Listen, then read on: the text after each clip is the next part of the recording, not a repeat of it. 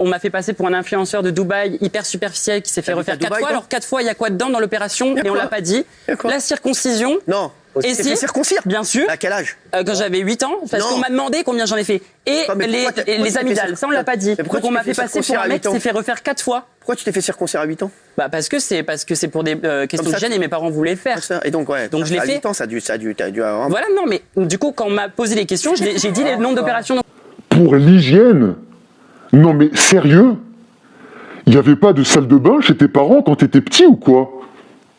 Alors, je le répète une énième fois, non, la circoncision n'est pas une opération hygiénique, ni même hygiéniste. Et en fait, c'est exactement tout le contraire, puisque c'est le prépuce qui est chargé de maintenir le pénis dans un état d'hygiène optimal. Amputer cet organe par la circoncision rend le pénis moins hygiénique. Pour rappel, les sécrétions naturelles de l'homme ne sont pas sales. Elles sont très utiles et importantes pour l'organe masculin. Normalement, avec une bonne hygiène de vie au quotidien, il n'y a pas d'odeur ni d'infection, et même si une infection peut arriver, on peut tout à fait les traiter à l'aide d'antibiotiques, de crèmes, etc.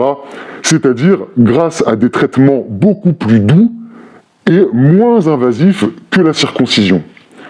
Et concernant les maladies, aucun médecin compétent ne recommande la circoncision comme méthode préventive au cancer du pénis, ni pour s'immuniser contre les IST, les MST, contre le VIH, etc. Je rappelle au passage que non seulement le prépuce joue un rôle hygiénique, mais il joue aussi un rôle immunologique. Et non, monsieur Hanouna, ça ne fait pas moins mal quand on est bébé. Au contraire, c'est une douleur extrême, puisqu'un bébé de quelques jours est trop fragile pour être anesthésié. Il est maintenant prouvé scientifiquement que les bébés ressentent la douleur autant que les adultes, si ce n'est davantage.